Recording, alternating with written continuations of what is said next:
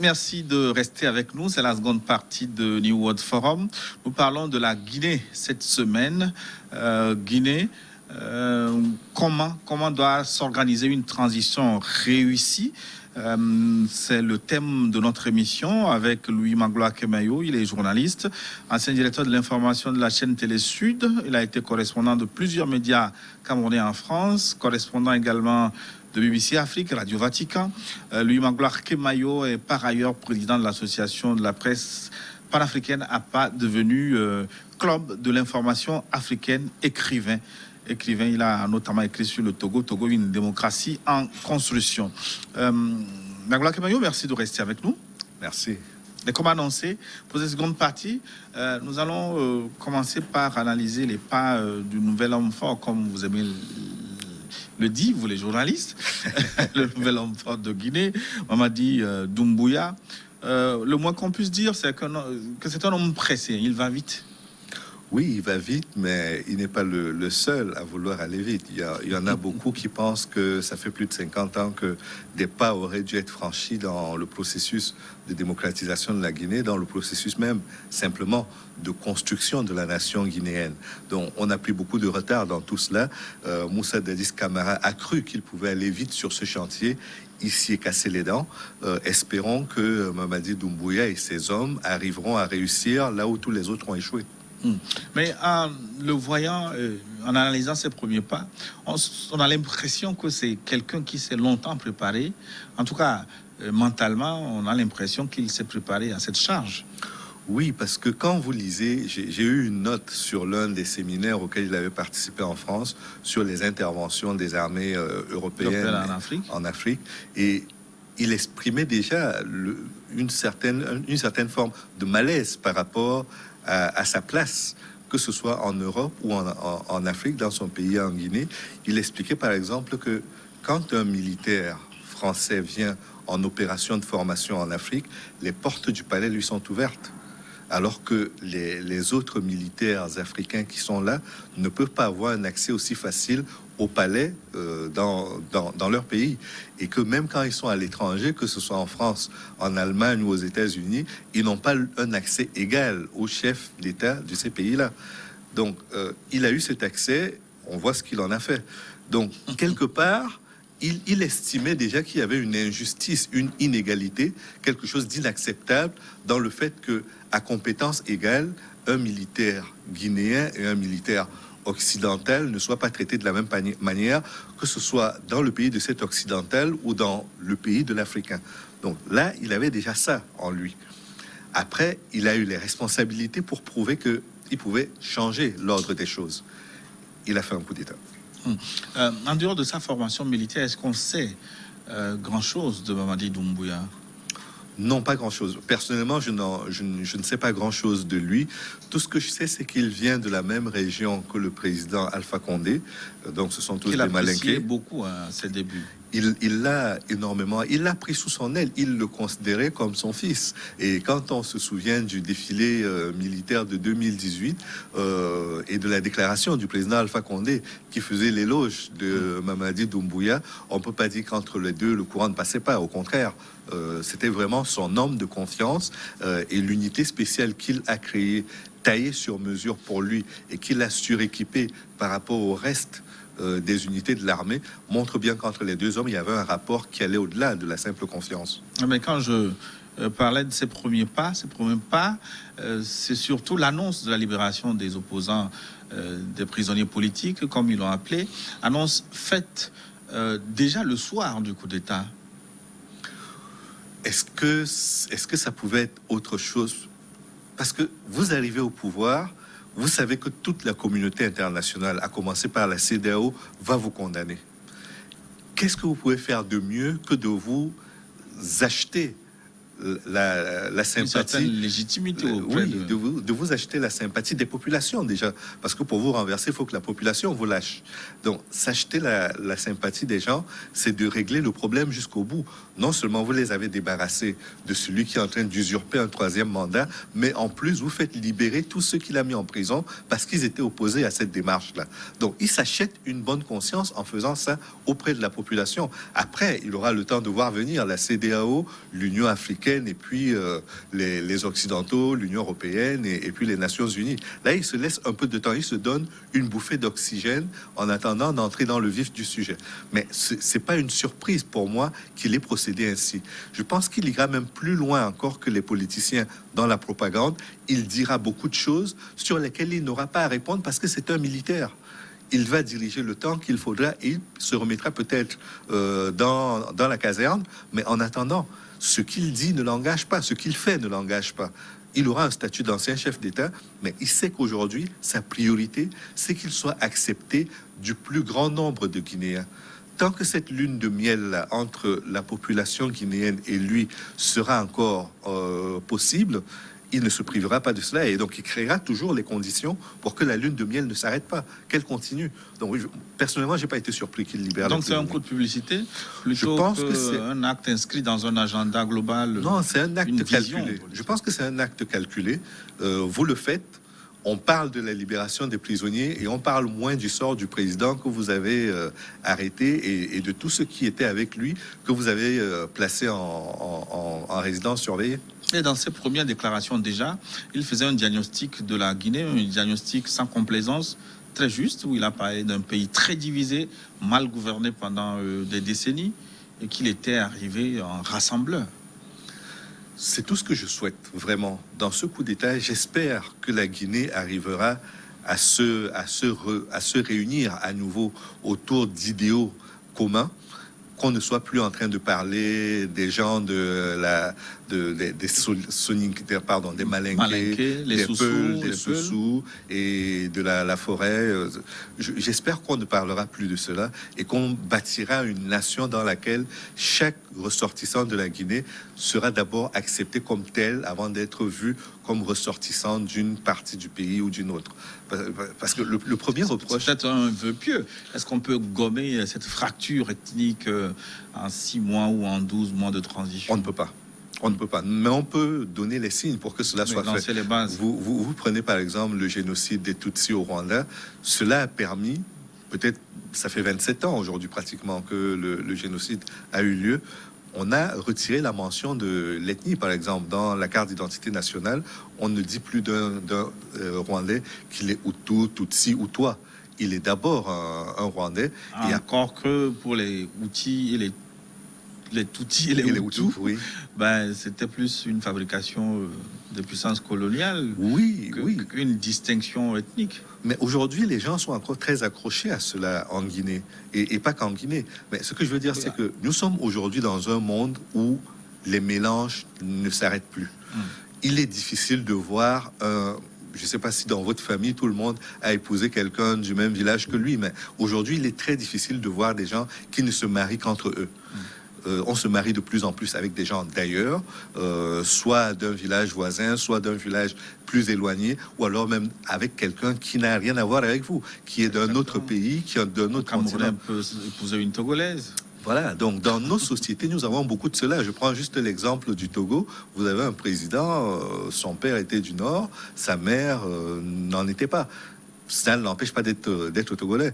Donc, au niveau de la population, vous avez cela à une échelle plus grande. Et je pense que la Guinée n'échappe pas à ce phénomène-là de mixage des populations. L'exode rural a fait que les gens ont quitté leur village pour aller s'installer en ville, et la ville n'est pas leur ville. Or, quand vous vivez dans un coin, vous finissez par tout y construire, que ce soit l'amour, que ce soit votre vie professionnelle, que ce soit le reste. Donc, vous faites tout cela, et ça fait qu'aujourd'hui, les brassages qui sont en train de se faire sur le terrain vont faire que la Guinée devienne une mosaïque où on a besoin de tout le monde parce que tout le monde appartient à la même nation. Et les premières parts de Mamadi Doumbouya ont fait voir aussi un homme autoritaire qui a tout de suite lancé une injonction au président des institutions guinéennes.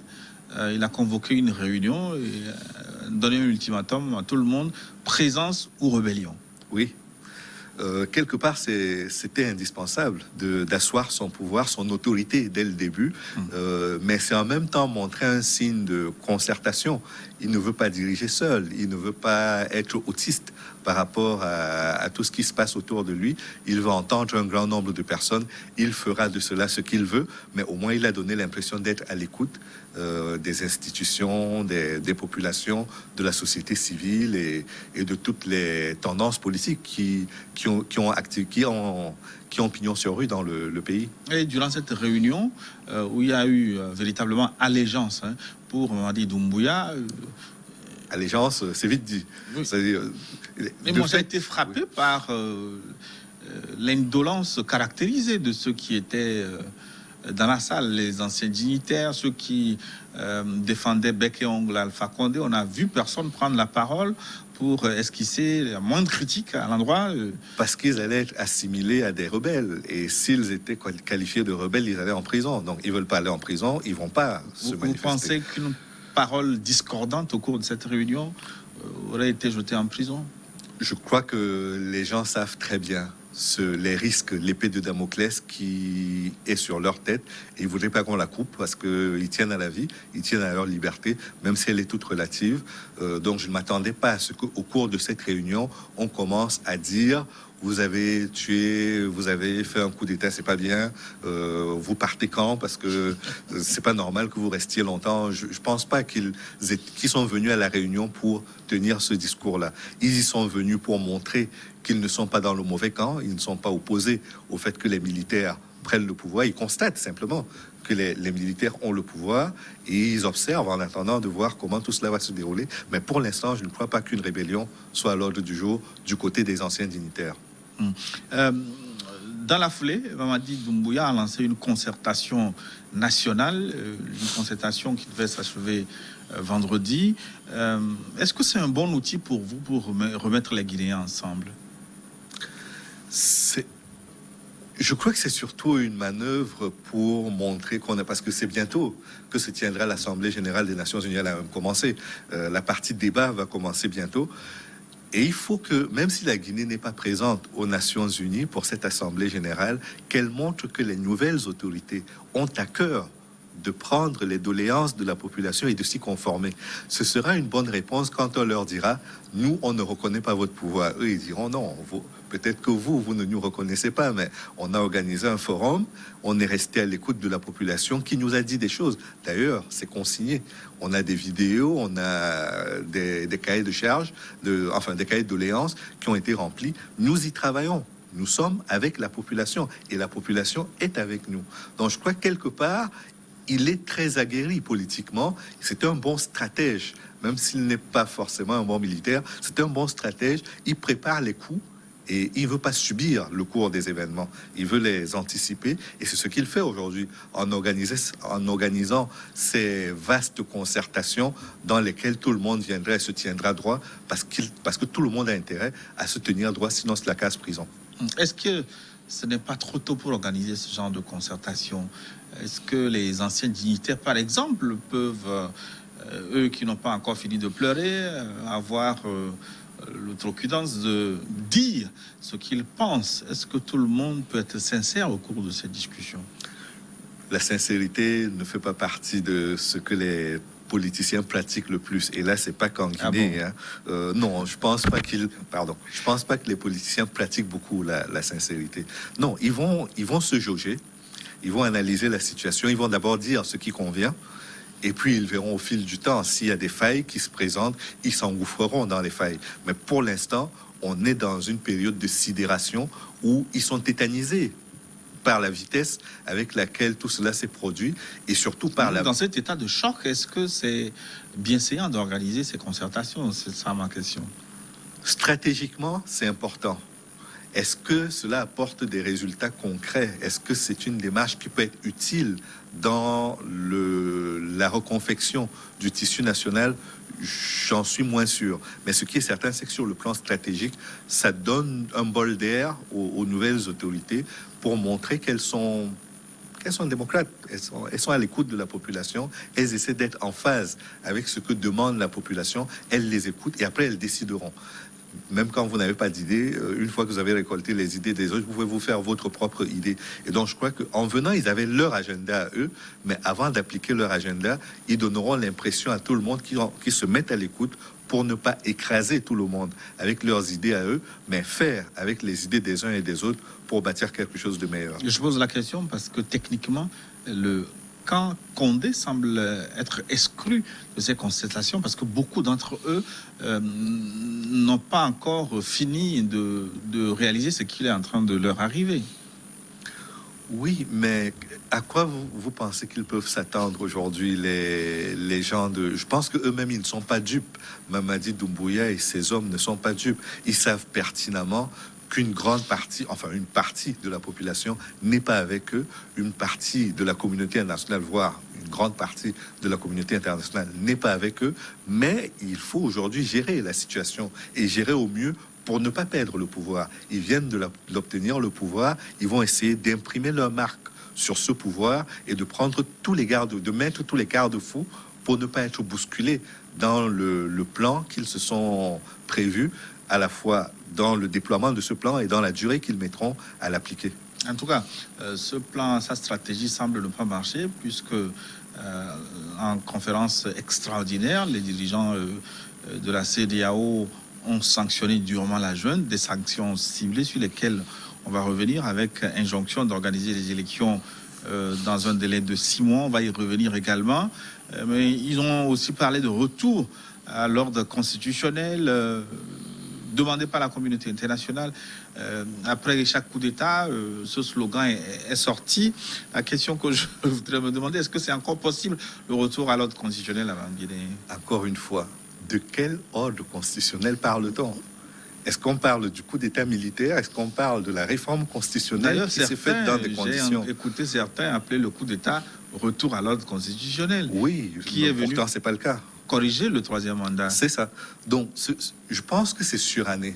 C'est daté. C'est une démarche qui est très conservatrice et qui ne résout pas les problèmes. C'est-à-dire, on a l'impression que les gens, les chefs d'État de la CEDEAO se concentrent plus sur les conséquences du problème que sur les causes du problème.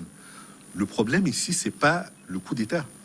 Le problème, ce sont les conditions qui ont conduit au coup d'État. Est-ce que le président Condé n'a pas créé un problème auquel est venu s'ajouter le coup d'État et que initialement on devrait retourner à la cause de ce problème-là? Parce que entendez ce que disent les Guinéens, c'est la même chose que disaient les Maliens. Nous avons manifesté contre le troisième mandat, vous ne nous avez pas soutenus, vous êtes très mal placés pour nous donner des leçons aujourd'hui. C'est ce qu'on a entendu au Mali, c'est ce qu'on entend en Guinée. Et ce qu'on dit aujourd'hui de la Guinée, c'est ce qu'on continue de dire sur le Mali sans que cela ne produise le moindre effet. D'ailleurs, quand les sanctions sont ciblées, c'est qu'on comprend très clairement que le discours d'avant qui consistait à mettre le pays au banc ne faisait de mal qu'aux populations. Parce que ceux qui sont au pouvoir ont des soupapes pour échapper à ces pressions-là. Donc, quelque part, il y a une petite dose de réalisme aujourd'hui dans la décision de la CEDEAO qui veut des sanctions ciblées, puisqu'il faut cibler les gens qui posent le problème et pas les populations qui subissent ce problème. Donc s'il y a eu ça, j'espère qu'il y en aura un peu plus pour régler les causes des problèmes et pas leurs conséquences. Mais les sanctions ciblées dont vous parlez, ceux qui sont à la cause du problème guinéen, si on doit les chercher, ça doit aller aussi dans le camp de Condé, notamment ses anciens ministres et lui-même, non? Oui, on pourrait remonter à ça, mais est-ce que vous pensez on est là que pour réfléchir au passé? Aujourd'hui, il y a le moyen de rectifier tout cela. Je pense qu'il faudrait davantage mettre l'énergie à construire plutôt qu'à juger ou à emprisonner des gens parce qu'ils ont fauté à un certain moment. On aura le temps de s'en occuper. Pour l'instant, ce qu'on peut faire, c'est peut-être geler leurs biens, leurs comptes bancaires et le reste. Et puis... Interdiction de voyage?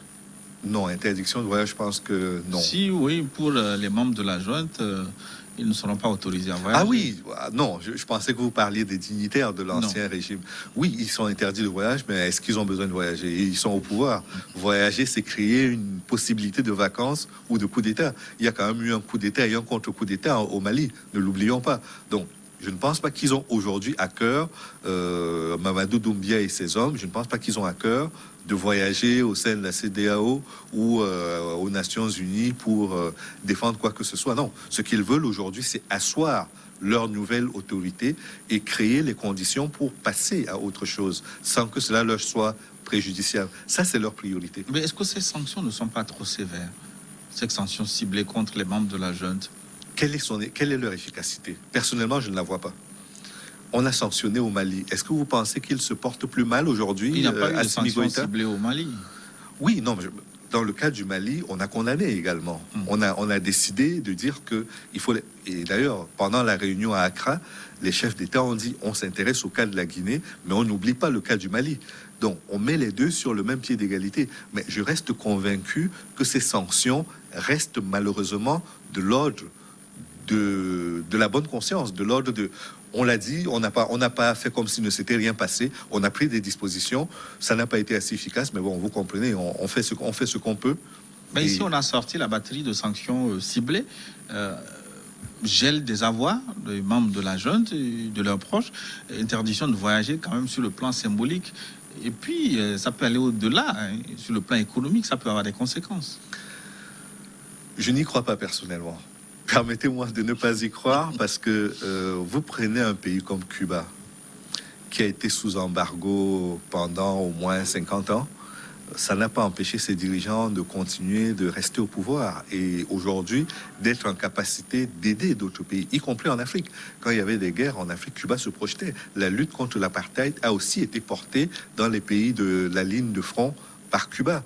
Ils étaient en Angola, ils étaient en RDC, ils étaient dans plusieurs autres pays autour de l'Afrique du Sud pour combattre l'apartheid. Donc, quelque part, je me dis que l'arme des sanctions, c'est une arme qui peut fonctionner si les gens sont faibles ou s'ils ont l'impression que celui qui est en face là est capable de faire. Mais beaucoup de ceux qui arrivent au pouvoir, en sachant qu'ils y arrivent par la force, n'ont pas peur de la force des sanctions.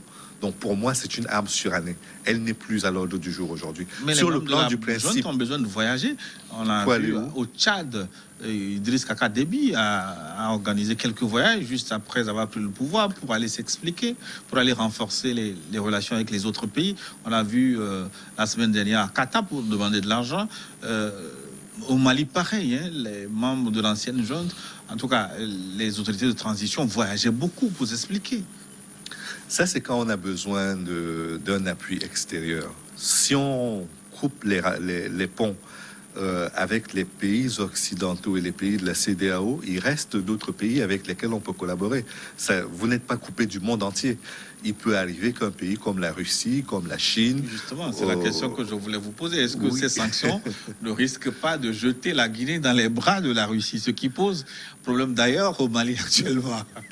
La Russie est déjà présente. La Russie ne va pas découvrir la Guinée. N'oublions pas que du temps de l'Union soviétique, déjà, la bauxite était exportée vers l'Union soviétique et que le prix de l'aluminium aujourd'hui continue d'être vendu grâce à la bauxite de la Guinée et que les accords, y compris sur le plan militaire, sont encore valables, ils sont en cours, ils n'ont pas été remis en question. Donc c'est juste voir la proportion dans laquelle la Russie va intervenir, c'est voir la proportion dans laquelle la Chine va intervenir. Parce que pour l'une des rares fois que je l'ai entendu, la Chine a condamné le coup d'État en Guinée. Et cela ne signifie pas que la Chine va lâcher les nouvelles autorités pour s'attacher à Alpha Condé. La Russie n'a encore rien dit à propos. La Russie n'a encore rien dit, mais je crois qu'elle a été reçue. L'ambassadeur a été reçu sur place par Mamadi Doumbouya. Donc, je pense que des choses se préparent. Si les pays européens et occidentaux, de façon générale, émettent des sanctions, que la CEDEAO, qui est quand même l'organe le plus important, que tous les autres suivent, l'Union européenne et la France. Si la CEDEAO et l'Union européenne sanctionnent, il y a d'autres pays qui accepteront de continuer de travailler avec la Guinée. Donc ces sanctions risquent d'être contre-productives? Non, elles ne seront pas contre-productives. Pour ceux qui ont pris les sanctions, je veux dire. Oui, ça va peut-être leur réduire le champ des contrats, mais ça n'aura pas un effet très important. Parce que de toute façon, il y a des négociations qui se font de façon informelle et qu'on ne va pas toujours claironner sur les plateaux de télévision ou dans la presse. Et quand on sera arrivé au seuil de ce qui est acceptable, il y aura des déclarations officielles. Mais pour l'instant, par principe, c'est condamné et on met en quarantaine les autorités en attendant d'avoir obtenu ce qu'on attend d'elles. Donc ça va finalement élargir le problème? Non, ça va russe, puisqu'au Mali, vous le savez, les velléités d'accord, personne ne sait, certains disent même que cet accord avec accord de défense avec la Russie aurait été déjà signé. D'autres disent que c'est en attente. Donc, est-ce que ça ne va pas élargir le problème vers la Guinée? Vous semblez le dire, mais ce problème pour la CEDEAO, ça risque d'être insoluble. Non. C'est-à-dire qu'il ne faut pas voir le fait de diversifier les partenariats pour un pays comme un problème. Vous parlez de diversification. La France a parlé de préoccupation majeure. Préoccupation majeure pour la France. Oui, reprise par la CEDEAO. Vous avez lu le communiqué de la CEDEAO. Oui, mais bon, ça, c'est la position de la France. Je ne suis pas français, je ne défends pas les intérêts de la France. La France est dans son rôle de s'inquiéter de perdre un marché. Mais quand la France est appuyée par la CEDEAO. Oui, pas par tout le monde au sein de la CEDEAO, mais bon, certains estiment qu'il faut soutenir la France, c'est leur droit le plus absolu. Ce que je dis, c'est que quand les pays africains aujourd'hui ont le choix, il ne faut pas qu'ils se privent de cette option qu'ils ont, de dire nous ne sommes pas obligés de subir un pays. Parce que pendant la colonisation, c'est ce qui s'est passé. On subissait la puissance coloniale. Aujourd'hui, on est au carrefour des relations internationales et à ce carrefour-là, l'Afrique ne demande pas. Elle est en position de choisir. Et il faut qu'elle choisisse. Donc, je ne suis pas là pour dire que ce serait bien que les nouveaux militaires signent avec la Russie et la Chine et coupent les ponts avec qui que ce soit. En revanche, je dis, on est dans un monde où il faut faire de la réelle politique. L'Australie vient de rompre un contrat militaire avec la France qui concernait des dizaines de milliards. La France s'est énervée, mais ça ne change pas grand-chose. Donc, c'est de la réelle politique. Mais pourquoi la France ne veut pas de la Russie au Mali? Chacun a son terrain de jeu, l'espace vital, comme on dit souvent. Quand vous êtes dans un espace, vous ne voulez pas qu'il soit réduit, vous voulez être à l'aise. Et la France se sentait à l'aise jusqu'à présent et elle est bousculée par les nouveaux partenaires qui arrivent. C'est normal qu'elle exprime ses préoccupations. Personne ne va la condamner. C'est comme si vous étiez chez vous et qu'on venait vous expliquer que c'est votre maison, mais à côté du fait que vous avez votre maison, vous devez faire 5 pièces ou 3 pièces pour introduire d'autres personnes dans votre maison. Vous ne serez pas d'accord avec cela. Si c'est pas vous qui l'avez pensé, vous estimerez que c'est contre votre volonté et contre vos intérêts. Donc, vous le manifesterez et vous refuserez. C'est ce que la France fait. Elle était dans son précaré dans la plupart des pays d'Afrique francophone. Elle se sent un peu à l'étroit maintenant et je peux comprendre que ça ne lui plaise pas. Est-ce qu'elle menace d'ailleurs de se retirer du Mali si les autorités signent un accord avec les Russes? Elle peut se retirer, ça ne changera rien. Elle peut se retirer. La situation ne pourrait pas dégénérer, ne pourrait pas devenir plus dangereuse sans l'armée? Avec l'armée française, ça a dégénéré puisque les rebelles sont là, puisque les djihadistes et les terroristes sont là. Donc sans eux, on ne sait pas. Peut-être que ceux qui viendront seront meilleurs. Peut-être qu'ils permettront de résoudre le problème plus rapidement. Ça fait quand même une dizaine d'années. Meilleurs en Centrafrique. Voilà, ça fait une dizaine d'années que la France est là pour résoudre ce problème. Elle n'arrive pas à le résoudre. Avant même cette dizaine d'années, la France avait déjà des accords de coopération militaire avec la plupart des pays. Donc logiquement, elle aurait pu mettre ses armées là au diapason pour lutter contre le terrorisme. Ce n'est pas le cas. Donc quelque part, il y a un échec. C'est un échec partagé par les pays et la France. Maintenant, on choisit de trouver les solutions. Mais on ne peut pas trouver les solutions dans une imposition de partenariat. Si on vous dit qu'en plus de vous, on a besoin d'avoir d'autres partenaires, ça ne doit pas être considéré comme un affront. Non. Vous partagez les dépenses, vous partagez la réussite également. Et tout le monde y trouve son compte. Les Maliens sont débarrassés du djihadisme, la France a gagné, la Chine ou la Russie aussi a gagné, mais c'est le monde qui est débarrassé du terrorisme. C'est comme ça que je le vois. Mais quand on sait que la Russie a obtenu un certain succès dans ses opérations en Centrafrique, on peut présumer que son arrivée au Mali, ou peut-être plus tard, on ne sait jamais, en Guinée, ça peut aider à résoudre le problème. Moi, je ne veux pas donner de chèque en blanc. Djihadiste. Non, je ne donne pas de chèque en blanc. Parce que les chèques en blanc ont ceci de mauvais que vous ne pouvez pas les récupérer. La personne l'a reçu, vous l'avez signé, elle met le montant qu'elle veut et elle retire son argent. Je ne veux pas donner de chèque en blanc. Je juge au pied du mur. Si la Russie vient et qu'elle fait du bon travail, on dira que la Russie a fait du bon travail. Si la Chine vient et qu'elle fait du bon travail, on dira que la Chine a fait du bon travail. La France nous dit qu'elle a tué l'un des chefs djihadistes. Ça en fait quelques-uns qu'elle annonce avoir tué. C'est tant mieux. Quelques résultats sont obtenus. Mais si elle se mettait avec d'autres puissances du Conseil de sécurité, les membres permanents du Conseil de sécurité, pour véritablement lutter contre le terrorisme et le djihadisme en Afrique de l'Ouest, je pense que les forces seraient multipliées et les chances de succès également. Donc pour moi, c'est de l'enfantillage. Je ne sais pas comment le qualifier, mais on ne peut pas refuser une aide. La France dépense énormément aujourd'hui dans le Sahel pour lutter contre les djihadistes. Est-ce qu'en divisant cette facture et en partageant les dépenses avec les États-Unis, la Russie et la Chine, elle n'est pas gagnante quelque part, ne serait-ce que parce qu'elle économise son argent et qu'elle épargne ses combats à une partie de ses militaires qu'elle peut réutiliser sur son propre sol. Parce que le terrorisme, c'est pas qu'au Mali, c'est également en France. La France a subi quelques attaques. Donc je pense qu'elle n'est pas perdante. La ligne de défense de la France, c'est que les accords sont signés avec un groupe privé. La France n'a jamais signé d'accord avec des groupes privés. Tout le monde le fait. Ça dit ces groupes privés. Ah, vous parlez de Wagner Oui, le supposé Wagner. Oui. La France également vend. Les États-Unis, en intervenant au Proche et au Moyen-Orient, déploient souvent des sociétés de sécurité privée qui emploient dans... En Irak. Oui, en Irak.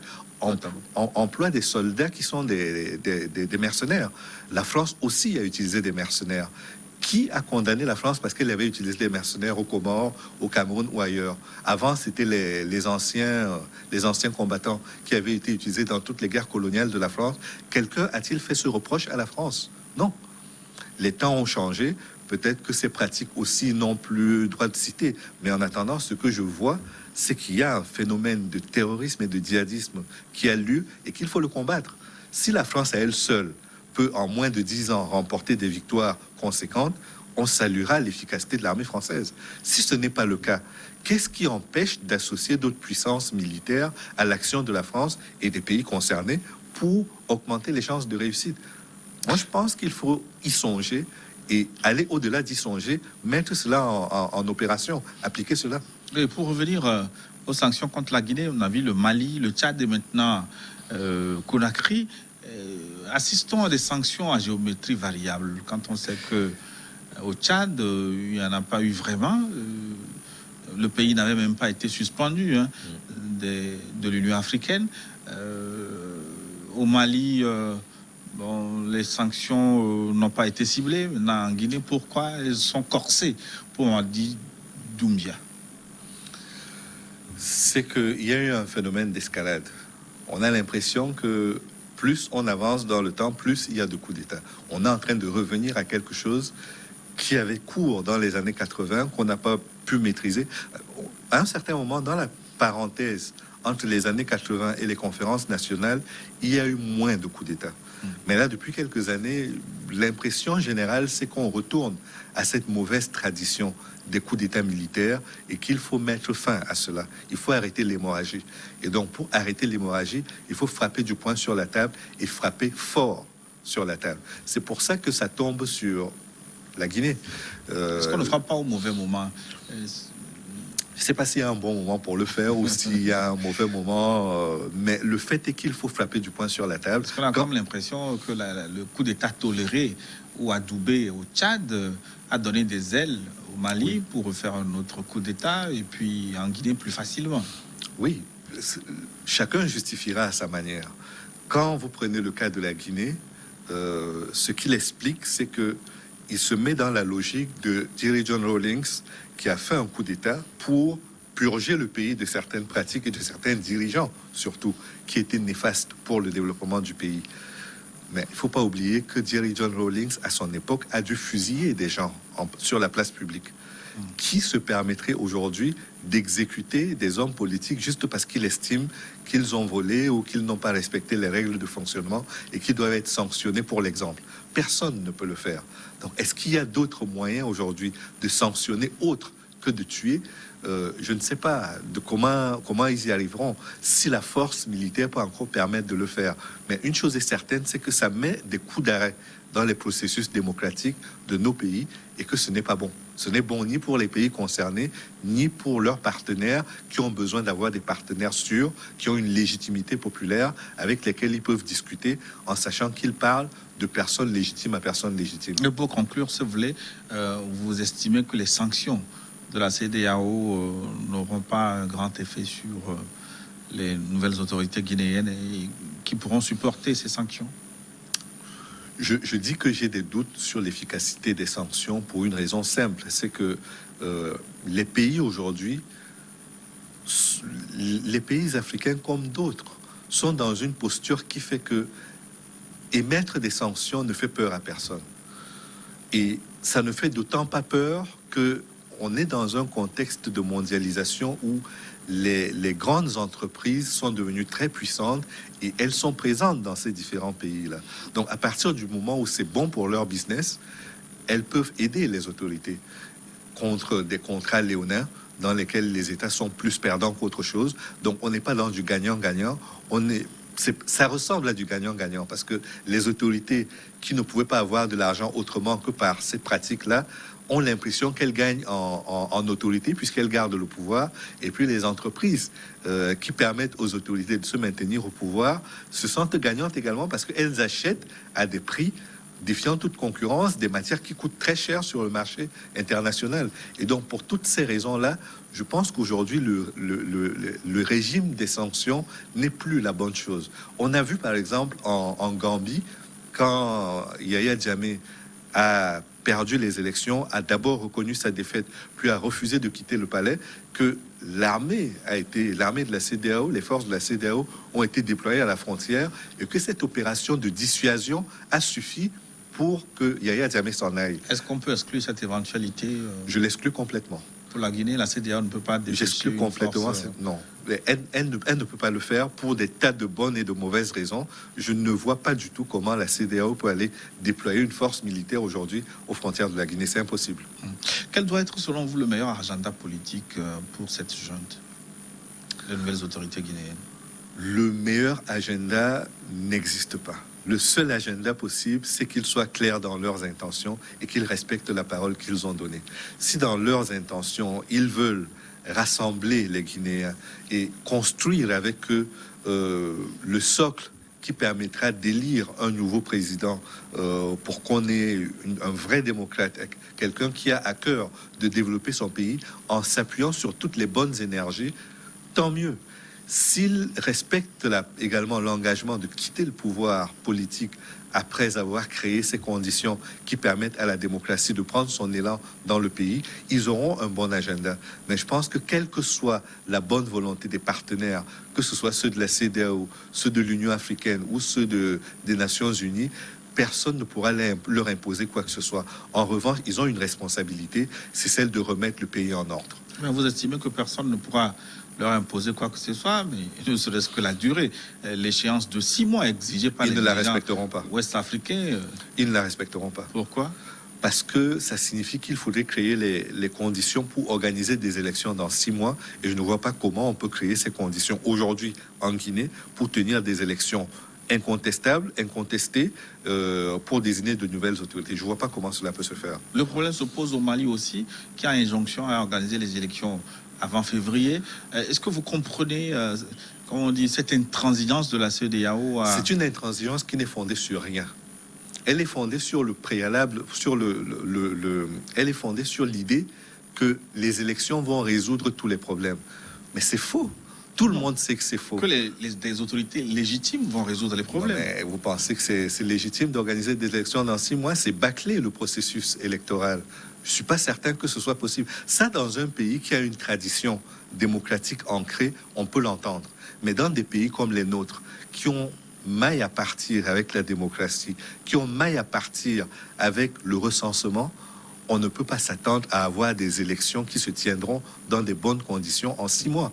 soyons cohérents et soyons lucides là-dessus.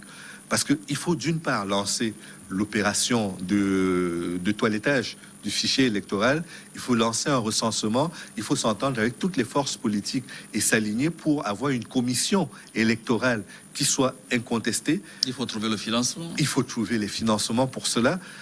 Le pays est sous sanction. Doumbouya a déjà retrouvé les clés. Voilà, donc quand on met tous ces préacquis qui doivent être rassemblés pour aller vers des élections, je ne vois pas comment en 6 mois la Guinée peut organiser des élections. Personne n'y croit.